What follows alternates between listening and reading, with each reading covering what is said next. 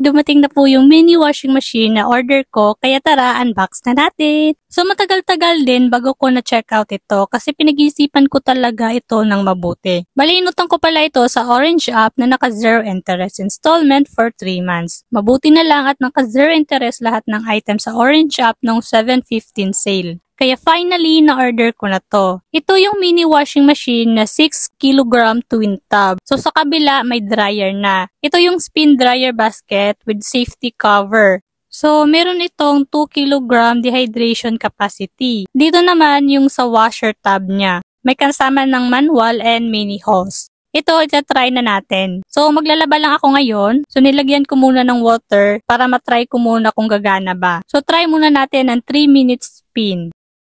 Ay, ayan, gumagana siya mga ante. And may pa-blue light din siya na nagtuturn on siya kapag umiikot. Tapos nag-off naman kapag nag-stop. So, ayan, makikita nyo dito na magtuturn off yung lights kapag naka-off. And magtuturn on ulit yung blue light kapag umiikot ulit yung washing machine. So, ito na yung time na naglaba ko ng mga damit ko. Mga 18 piraso yung nalagay ko. Depende na din kung gaano kalaki or kaliit yung mga damit na ilalagay. 15 minutes yung max ng washer time. Ito naman yung sa wash selector. Then, ito namang isa is para sa spin timer. So, habang naglalaba ako, nag-try din ako mag-dryer or mag-spin. So, ayan, ito yung tubig na nilalabas galing sa spin tub. So, mga 3 minutes lang yung nilagay ko na timer sa spin. And nagwa-wash din ako habang nagda-dryer. So, gumagana naman siya. So, nung natapos na yung time para sa dryer, okay na okay yung resulta niya. Nakapag-dry talaga siya ng damit. Like, pigang-piga niya talaga yung mga damit na nilagay ko dito sa spin tub. So, okay na